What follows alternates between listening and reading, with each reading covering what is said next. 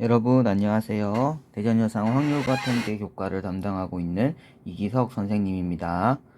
자, 오늘은 확률과 통계에서 교과서 11페이지에 있는 여러가지 순열과 중복조합 단원을 같이 한번 배워보도록 하겠습니다. 자, 여기 먼저 학습 목표부터 같이 한번 읽고 아래쪽의 내용 같이 한번 보겠습니다. 원순열, 중복순열, 같은 것이 있는 순열을 이해하고 그 순열의 수를 구할 수 있다. 중복조합을 이해하고 중복조합의 수를 구할 수 있다. 자, 오늘은 많은 것을 배우진 않을 거고요. 여기 첫 번째 보이는 원순열에 대해서 조금 집중적으로 배워보도록 하겠습니다. 자, 그러면 아래쪽으로 한번 내려오도록 하겠습니다. 원순열의 수는 어떻게 구할까? 개념 열기 문제 같이 보시면 사물놀이 패에서 꽹가리, 징, 장구, 북을 치는 사람을 각각 A, B, C, D라고 할 때 다음 물음에 답하시오. 자, 1번과 2번 문제 두 개가 있는데요. 두 개의 가장 큰 차이점 먼저 같이 한번 보도록 할게요. 1번은 여기 줄 그어 볼게요. 일렬로 서서 공연할 때 A, B, C, D와 B, C, DA는 서로 같은 배열인지 말하시오 라고 되어 있고 2번 문제도 먼저 읽어볼게요. 2번 문제는 원형으로 서서 공연할 때 A, B, C, D와 B, C, DA는 서로 같은 배열인지 말하시오 라고 되어 있어요. 자, 오늘 배울 이 원순열이라는 개념과 우리가 처음에 이제 1학년 때 배운 순열의 개념 있죠. 순열과 원순열의 차이점이 무엇인지에 대해서만 잘 알고 그 원순열을 계산하는 공식이 있어요. 그 공식에 대해서 조금 설명하고 수업을 끝내도록 하겠습니다. 자, 1번은 일렬로 서서 공연할 때 ABCD라는 배열과 BCDA라는 배열이 서로 같은 배열인지 말하라고 했어요. 같은 배열이에요, 여러분? 아니죠. A, B, C, D란 거는 A가 첫 번째로 이렇게 지금 위치를 차지하고 있고 B, C, D, A는 B가 첫 번째로 이렇게 위치를 차지하고 있습니다. 그래서 서로 다른 배열입니다. 다른 배열이라고 얘기를 할 수 있습니다. 2번 문제 한번 볼게요. 원형으로 서서 공연할 때 A, B, C, D와 B, C, D, A는 서로 같은 배열인지 말해보자. 자, 원형으로 서서 공연할 때 우리 이렇게 그림 한번 그려보도록 할게요. A, B, C, D를 이렇게 A, B, C, D를 배열하고 그 다음으로 B, C, D, A를 배열해 볼게요. 자, 여러분, 이 처음 그림과 두 번째 그림 서로 같은 배열일까요? 다른 배열일까요? 이미 아는 학생들도 있겠지만 이거는 같은 배열이라고 할 수 있습니다. 같은 배열. 결국 1번에서는 우리가 이미 알고 있는 순열에 대해서 한번 복습하는 느낌으로 문제를 물어본 것 같고 2번은 우리가 이제 새롭게 배울 원순열 문제를 다루고 있습니다. 그러면 선생님이 첫 번째 그림과 두 번째 그림이 왜 같은 배열인지에 대해서 얘기를 할 수가 있어야겠죠? 자, 이 같은 배열이라는 거는 회전했을 때 겹쳐지면 같은 배열이라고 할 수 있습니다. 회전했을 때 겹쳐진다. 이렇게 적을게요.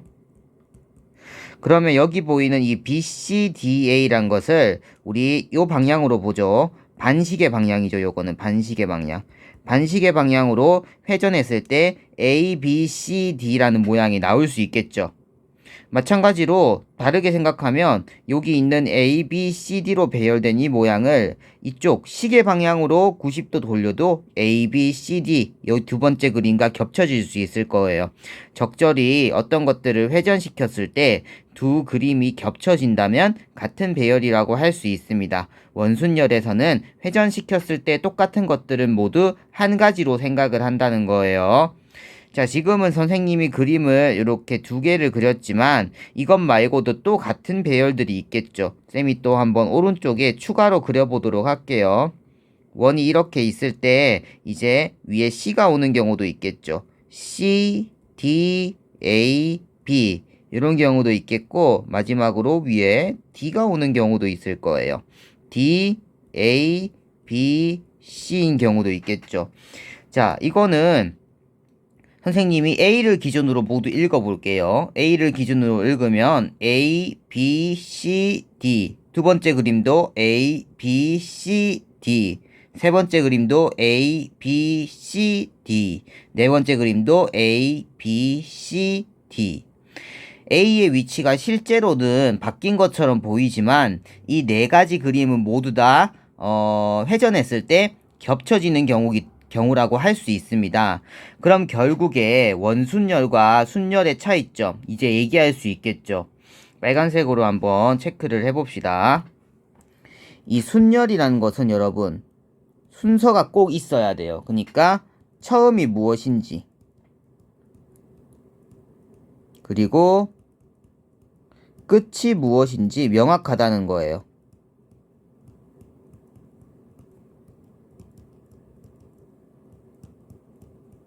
예를 들어서 아까 배열 보세요.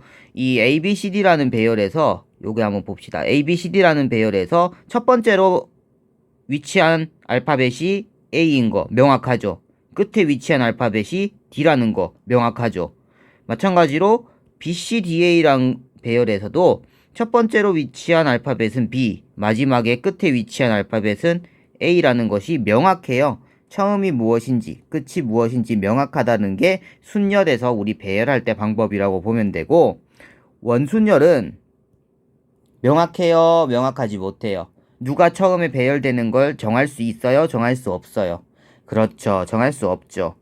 처음이 무엇인지 끝이 무엇인지 알 필요가 없는 거예요. 알 필요가 없다. 즉 모른다죠. 알 필요도 없고 우리가 모릅니다. 왜? A가 지금 위에 있다 그래서 얘가 첫 번째로 배열된 거예요? 아니죠. 이거는 위치만 여기에 있다라고 생각을 하고 회전시켰을 때 A는 지금 여기로도 갈 수 있고 여기로도 갈 수 있고 위치만 한번 보세요. 밑으로도 갈 수 있고 왼쪽으로도 갈 수 있어요. 원탁에서 이 A의 위치는 의미가 없고 회전시켰을 때 똑같은 경우가 되는지 다른 경우가 되는지만 의미가 있다라고 생각을 해주시면 되는 거예요. 자, 그렇다면 여기 공식화 시켜서 한번 생각을 해보도록 할게요. 자, 우리가 지금 생각을 해줄 부분이 뭐냐면 A, B, C, D란 것을 여기 왼쪽에 한번 적어볼게요. A, B, C, D를 일렬로 배열하는 경우의 수. 이게 얼마일까요? 여기 적혀져 있죠. 4명을 일렬로 배열하는 방법의 수는 4 팩토리얼이라고 했죠. 자, 이 4 팩토리얼 안에 우리가 생각해야 될 게 뭐냐면 원형으로 배열하면 서로 같은 경우가 위에서 아까 봤죠. 4가지씩 다 존재하므로 4명을 원형으로 배열하는 모든 방법의 수는 4팩토리에 뭐를 나눠주고 있어요? 4를 나눠주고 있다. 4가지씩 있기 때문에. 그래서 답은 3팩토리얼이라고 할 수 있겠죠. 요거죠, 여러분. 4분의 4 팩토리얼은 4분의 4 곱하기 3 곱하기 2 곱하기 1이죠. 그래서 4를 약분함으로써 3 곱하기 2 곱하기 1이 되고 요게 3 팩토리얼이 되는 거겠죠. 자, 이와 같이 서로 다른 대성을 원형으로 배열하는 순열을 우리가 뭐라 그럴 거냐면 원순열이라고 할 거고, 원순열의 공식은 일반적으로 이렇게 나옵니다. 서로 다른 n개를 일단 일렬로 배열하는 방법의 수는 n 팩토리얼이죠. 근데 그 각각에 대해서 중복되는 경우가 n가지씩 있기 때문에 n 팩토리얼에 n을 나누어 주면 n-1 팩토리얼이 된다는 거예요. 자, 밑으로 또 가보도록 할게요. 다음 페이지로 한번 넘어가 보도록 합시다. 다음 페이지에 이제 원순열의 수를 하나 정리를 해 놓겠습니다. 원순열의 수는 서로 다른 n개를 원형으로 배열하는 원순열의 수는 n-1 팩토리얼이겠죠. 여기 아까 어떻게 나왔냐면 n개를 일렬로 배열하는 수에다가 중복되는 개수 n개를 나누어 주면 n-1 팩토리얼이 된다고 했었어요. 자, 이렇게도 원순열을 기억을 하면 되는데요. 왼쪽에 여기 한번 보실래요, 여러분? 왼쪽에 보면 n개에 대한 원순열의 수는 어느 한 개를 고정시키고 나머지 n-1개를 일렬로 배열하는 순열의 수로도 생각을 할 수가 있다라고 했죠. 이게 무슨 말일까요? 여기서는 우리 원탁에 이렇게 사람을 배열할 때 총 4명 A, B, C, D라는 4명을 배열한다고 한번 해볼게요. 그러면 아까 원순열에서 배열하는 방법의 수는 3팩토리얼 해서 6가지로 바로 구할 수가 있긴 하거든요. 그런데 여기서는 어느 한 개를 고정시킨다. A, B, C, D 중에서 A의 자리를 고정시키고 배열, 나머지 학생들을 일렬로 배열하는 순열의 수로도 생각을 할 수가 있다라는 거예요. 예를 들면 여기에 A를 먼저 고정을 시켜 놓는 거예요. A의 위치를. 그럼 나머지 올 수 있는 3가지 위치가 있는데 그 3가지 위치를 찾는 방법은 이 나머지 B, C, D라는 학생을 일렬로 배열하는 거랑 똑같다는 거죠. 그 방법의 수는 몇 팩토리얼이겠어요? 3팩토리얼. 6가지가 나온다는 거죠. 이렇게 해서 답을 똑같이 찾을 수가 있다는 거예요. 고정을 시켜 놓은 상태로 순열을 써도 되고 아니면 원순열의 공식으로 바로 답을 구해도 되는 2가지 방법이 있습니다. 자, 이제 밑에 예제랑 문제를 오늘 풀고 수업 끝내도록 할 건데요. 예제 문제는 공책에 꼭 필기해 주세요, 여러분. 자, 예제 1번부터 한번 보도록 할게요. 부모를 포함한 6명의 가족이 원형 탁자에 둘러앉아 식사를 하려고 할 때 다음을 구하시오. 1번 6명의 가족이 앉는 모든 경우의 수. 원탁에 1번부터 한번 해봅시다. 원탁에 지금 몇 명이 앉고 싶냐면 6명이 앉고 싶은 거예요. 4, 5, 6. 이건 당연히 아까 배운 원순열의 공식 쓰면 되겠죠. 6명이 앉는다고 해서 6팩토리얼이 아니라 어떻게 된다 그랬어요? n-1 팩토리얼이니까 5 팩토리얼이 되고 5 팩토리얼의 답은 120. 그래서 120가지. 이렇게 풀어주면 됩니다. 자, 2번 한번 볼게요. 부모가 이웃하여 앉는 모든 경우의 수. 원탁을 처음에 그리고 나서 아버지, 어머니, 부모가 이렇게 이웃해서 한 묶음으로 생각을 해주면 나머지 사람들은 4명이 필요하겠죠. 총 원탁 기준으로 총 몇 묶음을 배열을 해야 되냐면 하나, 둘, 셋, 넷, 5묶음을 원형으로 배열을 해줘야 돼요. 5묶음을 원형으로 배열할 수 있는 방법은 4 팩토리얼이겠죠. 원순열 공식. 그런데 끝난 게 아니라 어머니와 아버지의 위치 바꾸는 경우 2명을 배열하는 경우니까 2 팩토리얼이에요. 자, 요거 계산해주면 24 곱하기 2가 되어 답은 48이라고 할 수 있겠죠. 그래서 48가지. 자, 3번 문제가 가장 어려워요. 3번은 별표 하나만 좀 해볼게요. 부모가 마주보고 앉는 모든 경우의 수라고 되어 있는데요. 자, 부모가 마주보고 앉기 위해서는 우리가 이렇게 원형으로 되어 있을 때 일단 아버지나 어머니 중 한 명을 먼저 자리에 앉히고 나서 생각을 하는 게 가장 쉽게 문제를 풀 수 있는 방법이에요. 선생님이 아버지를 이 자리에 고정을 한번 시켜보도록 할게요. 고정이 되었어요. 그러면 여러분 생각해보면 부모가 마주보고 앉아 있어야 된다 했으니까 어머니 자리는 어디로 가겠어요? 아버지를 마주보고 있는 이쪽에 어머니가 무조건 고정되게 되겠죠. 여기까지 이해할 수 있겠어요? 자, 그러면 나머지 학생들, 나머지 사람들 여기 2명, 여기 2명 이렇게 배치가 되어야지 아버지와 어머니가 서로 마주보고 있을 수가 있다는 거예요. 아버지는 이미 고정이 됐고 어머니는 아버지 자리의 위치에 따라서 고정되기 때문에 여기서 생각할 경우의 수는 없어요. 그럼 이제 우리가 생각하는 경우는 몇 가지냐면 이 4명, 하나, 둘, 셋, 이 4명을 원형으로 배열하는 걸까요? 아니면 그냥 일렬로 배열한다고 생각을 해줘야 될까요? 여러분 처음이라서 좀 헷갈릴 수는 있어요. 그런데 여기서는 부모가 고정되었기 때문에 회전할 필요가 없는 거예요. 부모의 위치는 지금 완전히 고정이 되어 있어요. 결국에 부모를 기준으로 왼쪽 오른쪽에 있는 사람들은 4명을 일렬로 배열하는 순열의 수가 되는 거예요. 여기 풀이도 보시면 4명을 일렬로 배열하는 순열의 수가 됐죠. 그러면 4명이니까 4 팩토리얼 답은 24. 그래서 24가지 이렇게 풀어주시면 됩니다. 자, 요거랑 비슷한 문제가 밑에 있거든요. 밑에 문제 한번 풀어보도록 하겠습니다. 문제 1번, 2번도 노트 정리해주세요. 1번 두 사람 A, B를 포함한 8명의 춤 동아리 회원이 원탁에 둘러앉을 때 다음을 구하시오 라고 했습니다.